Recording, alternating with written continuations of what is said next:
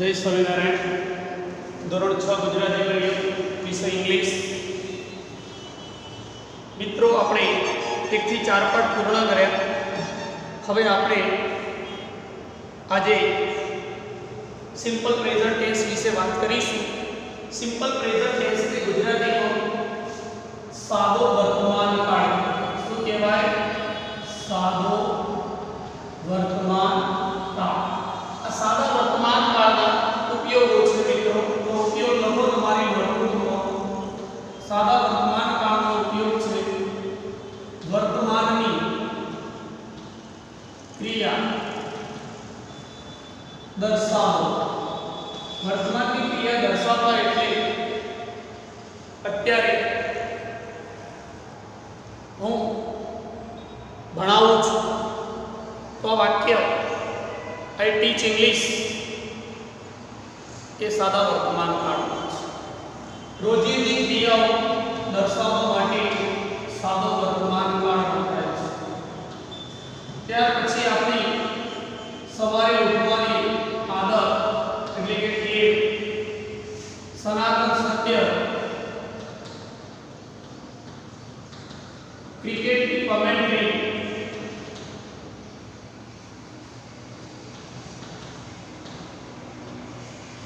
અને રોજિંદી ક્રિયા આદત, ટેવ, સનાતન સત્ય, કહેવત વગેરે દર્શાવવા માટે સાદો વર્તમાન કાળ વપરાય છે. દરેકના મિત્રો આપણે એક્ઝામ્પલ લઈ લઈએ. વર્તમાનની ક્રિયા દર્શાવવી એટલે શું? અત્યારે હું શાળાએ જાઉં છું તો I go to school every day. આમાં નિશાની આવશે, એના પછી આપણે નિશાની લખાવશું. રોજિંદી ક્રિયાઓ આપણે કરીએ છીએ. I get up early in the morning, I work in time. આદત, my mother goes to temple every day. એમની આદત છે, ટેવ છે, એ બધી સાદા વર્તમાન કાળમાં આવશે. સનાતન સત્ય એટલે શું મિત્ર? સૂર્ય, ચંદ્ર, પૃથ્વી, આકાશ, તારા વગેરે જે બ્રહ્માંડની અંદર સ્થિર છે, કે જે ક્યારેય બદલાય એમ નથી. સૂર્ય વર્ષો પહેલા પણ પૂર્વમાં ઉગતો, આજે પણ પૂર્વમાં ઉગે છે અને ભવિષ્યમાં પણ પૂર્વમાં ઉગશે. તો આપણે એવી વાક્યને the sun rises in the East એવું વાક્ય સાદા વર્તમાન કાળમાં સનાતન સત્યમાં વાપરી શકીએ છીએ. મિત્રો, અહીંયા બીજા વાક્ય છે. પૃથ્વી ગોળ છે, વર્ષો પહેલા ગોળ હતી, આજે પણ ગોળ છે, ભવિષ્યમાં પણ ગોળ રહેશે. The earth is round, the sun, the earth moves round the sun. પૃથ્વી સૂર્યની આસપાસ ફરે છે. વર્ષો પહેલા પણ ફરતી, આજે પણ ફરે છે. વિજ્ઞાનનો સિદ્ધાંત છે. તો વિજ્ઞાનના સિદ્ધાંતો પણ મિત્રો અહીંયા સાદા વર્તમાન કાળમાં પાણી 100 સેલ્સિયસ તાપમાને ઉકળે છે. તો વોટર બોઇલ્સ એટ 100 સેલ્સિયસ. પાણી 100 સેલ્સિયસ ઉકળતું હતું પહેલા, આજે પણ ઉકળે છે. ભવિષ્યમાં પણ 100 સેલ્સિયસ તાપમાન થશે એટલે ઉકળશે. તો વિજ્ઞાનના સિદ્ધાંત હોય, કહેવત હોય, old is gold, honesty is the best policy, આ બધા જ વાક્યો આપણે સાદા વર્તમાન કાળમાં વાપરી શકીએ છીએ. મિત્રો, તમારી નોટબુકમાં લખી લો. હવે આપણે આગળ લખાઈએ નિશાની. સાદા વર્તમાન કાળની નિશાની કઈ હોય? એક છે એવરી ડે, એક છે daily, often, sometime, usually,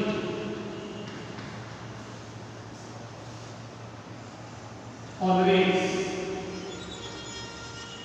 never. આ બધી નિશાની સાદા વર્તમાન કાળની છે. Every day, daily, always, often, never, sometimes. આ બધી નિશાની આપણે લખી લઈશું એટલે આપણને યાદ રહે કે સાદા વર્તમાન કાળમાં કયા શબ્દો વાપરી શકાય છે. ત્યાર પછી આપણે વાક્ય રચના લખીશું. તો વાક્ય રચના બે પ્રકારની આવશે. એક કર્તા તરીકે આઈ, વી, યુ, અને ધ્યેય હોય તો ક્રિયાપદ એસ, es વગરનો પ્લસ પરનો. ત્યાર પછી બીજી વાક્ય રચના કર્તા તરીકે he she અને it હોય તો ક્રિયાપદ s es વાળું આવશે પ્લસ કર્મ આવશે. આ રીતે મિત્રો આપણે યાદ રાખીશું. he એટલે પુરુષનું નામ, she એટલે સ્ત્રીનું નામ અને it એટલે પ્રાણીનું નામ. આ રીતે he she it સાથે જે પણ ક્રિયાપદ આપ્યું હોય એની સાથે આપણે s અથવા es પ્રત્યય લગાવીશું. આટલું લખાઈ જાય મિત્રો. ત્યાર પછી આપણે એક્ઝામ્પલ લખાઈએ. દરેકના એક એક્ઝામ્પલ લખાઈએ એટલે આપણને ખ્યાલ આવશે. તો મિત્રો લખી લો તમારી નોટબુકની અંદર, ગ્રામરની નોટમાં લખો સાદો વર્તમાન કાળ. વર્તમાનની ક્રિયા દર્શાવવા, રોજિંદી ક્રિયા, આદર, ટેવ, સનાતન સત્ય, ક્રિકેટની કમેન્ટ્રી, કહેવત, વિજ્ઞાનના સિદ્ધાંત દર્શાવવા સાદો વર્તમાન કાળ. ત્યાર પછી આ નિશાની મિત્રો ખાસ લખજો અને યાદ પણ કરજો. Every day, daily, often, sometime, usually, always, never. ત્યાર પછી વાક્ય રચના પર લખી દીધું. હવે આપણે એક્ઝામ્પલ લઈએ. તો એક્ઝામ્પલ લેતા પહેલા આપ ધોરણ 6 માં છો એટલે આપણને એક બીજું પણ લખાઈ દો. સર્વનામ. સર્વનામને અંગ્રેજીમાં પ્રોનાઉન કહેવાય છે.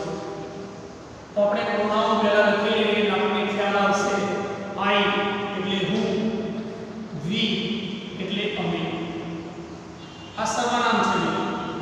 યુ એક વચન એટલે તું અને યુ એટલે તમે બહુવચન.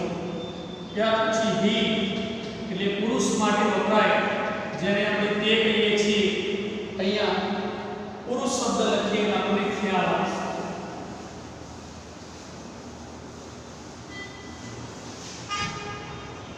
આ એક વચન છે, આ બહુવચન છે. હી, સી અને ઈટ આ ત્રણે ત્રણ. હી એટલે તે, સી એટલે તેણી અને ઈટ એટલે પ્રાણી અને નિર્જીવ વસ્તુ માટે વપરાય છે. ત્યાર પછી દે એટલે તેઓ. હવે મિત્રો ધ્યાન આપજો. કર્તા તરીકે આઈ, વી, યુ અથવા દે આવે તો ક્રિયાપદમાં એસ એસ લગાવવાનું નથી. પરંતુ હી, સી અને ઈટ સર્વનામ આવે તો આપણે ક્રિયાપદમાં એસ એસ લગાવવાનું છે. સર્વનામને શું કહેવાય મિત્રો? પ્રોનાઉન. શું કહેવાય? પ્રોનાઉન. હવે આગળ બીજો એક શબ્દ શીખવાડીએ.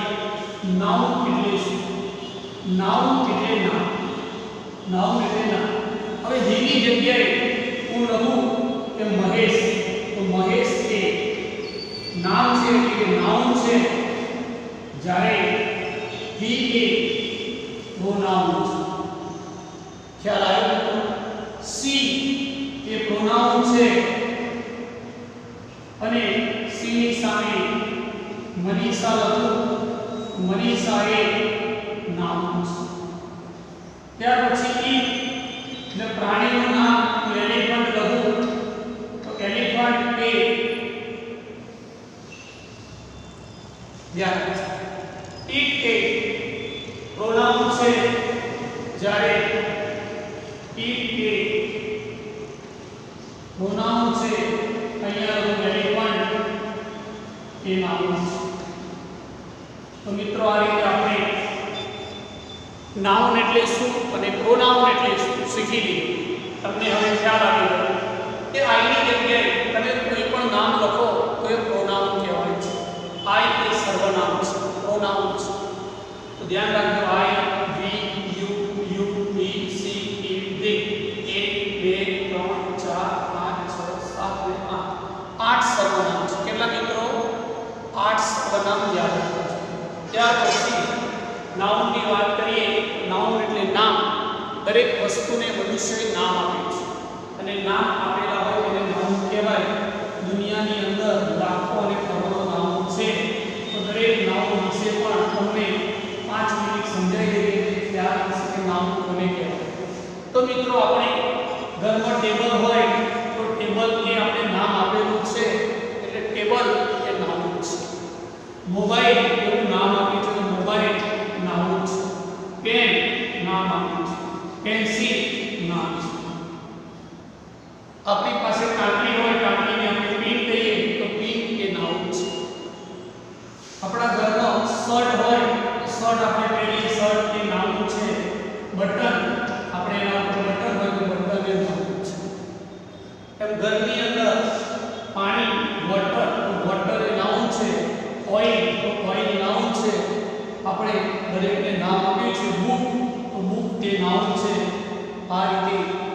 સમજવાનું છે કે જેટલી પણ વસ્તુને નામ આપ્યા છે એ નાઉન છે.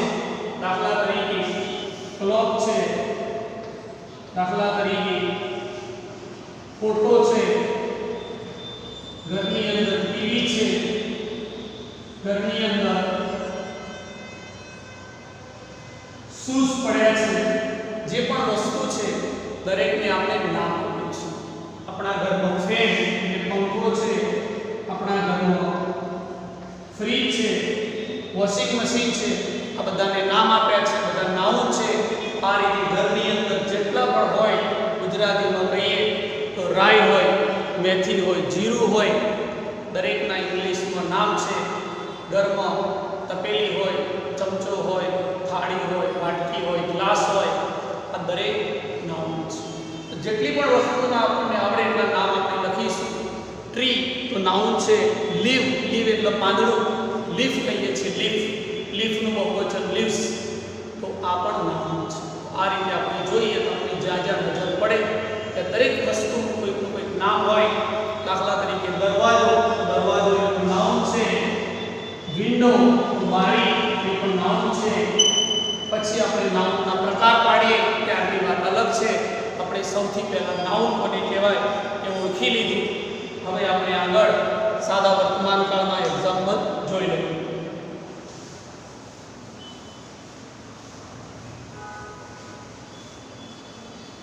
સાદા વર્તમાન કાળમાં આપણે સર્વનામ પ્રમાણે એક્ઝામ્પલ લઈએ. I go to school every day. ત્યાર પછી આપણે બીજું લઈએ. We drink water daily.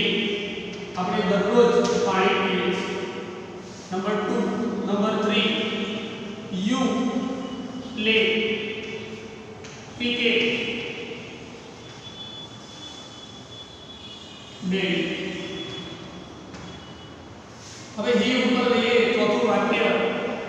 Mahesh plays, અહીંયા પ્લે ની પાછળ એસ. આ મિત્રો ધ્યાન રાખજો. મહેશ પ્લેઝ ક્રિકેટ ડેલી, કારણ કે he she it સાથે એસ એસ. હવે એક બીજું વાક્ય લખીએ છીએ. નીતા ટીચીસ, ટીચીસ ટીચ એટલે શીખવવું, પાછળ એસ પ્રત્યય આવશે. Teaches Hindi daily. અહીંયા he she it સાથે એસ અથવા એસ પ્રત્યય આવશે. હવે એક વાળું એક વાક્ય લખીએ મિત્રો. એલિફન્ટ eats grass, હાથી ઘાસ ખાય છે, ઈટની પાછળ એસ આવશે. એ પ્રમાણે છેલ્લું વાક્ય આપણે ધે વાળું લઈએ. They drink tea daily. આ રીતે મિત્રો આપણે આમાં એસ એસ લગાવતા નથી. તો આ રીતે આપણે સાથે સાથે એક્ઝામ્પલ લખી લઈશું. બીજો યુ આવે એમાં પણ યુ સાથે પ્લે આવશે, એમાં પણ એસ આવશે નહીં. એકવચનમાં પણ પ્લે આવશે, બહુવચનમાં પણ પ્લે આવશે. આ રીતે 7 વાક્ય તમારી નોટબુકમાં લખી લો મિત્રો.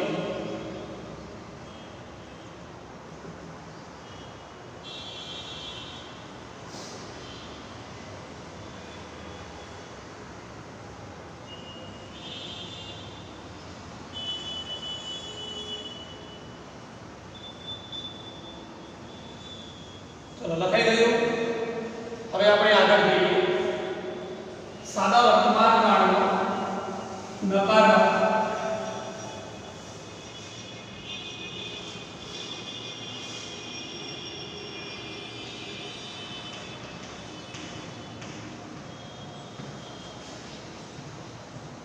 નકાર વાક્ય બનાવવા માટે બે શબ્દોનો ઉપયોગ થાય. do not અને does not. તો મિત્રો હમણાં શીખ્યા એમ I, we, you જે સાથે do not વાપરીશું. s વાળા જે વાક્ય હતા એમાં આપણે does not વાપરીશું. તો એવા વાક્ય પણ આપણે લખી લીધું અને વાક્ય રચના પણ લખી લઈએ એટલે આપણને ખ્યાલ આવે કે કેવી રીતે નકારનું વાક્ય બની છે. નંબર 1, કર્તા તરીકે આઈ, વી, યુ અને દે હોય તો આપણે ડુ નોટ વાપરીશું. ડુ નોટ સાથે ક્રિયા પર એસ વગરનું આવશે પ્લસ કરો. ત્યાર પછી કર્તા તરીકે હી, સી અને ઇટ લખીશું. એની સાથે ડઝ નોટ આવશે. ડઝ નોટ સાથે ક્રિયા પર પણ એસ વગરનું આવશે. આ ખાસ ધ્યાન રાખજો. આ બંનેમાં ક્રિયા પર એસ વગરનું આવશે. હવે આપણે એક્ઝામ્પલ લઈએ. I do not drink. I do not drink tea every day. હું દરરોજ ચા પીતો નથી. એ રીતે આપણે બીજું એક્ઝામ્પલ લઈએ. She does not drink milk every day. તેણે દરરોજ દૂધ પીતી નથી.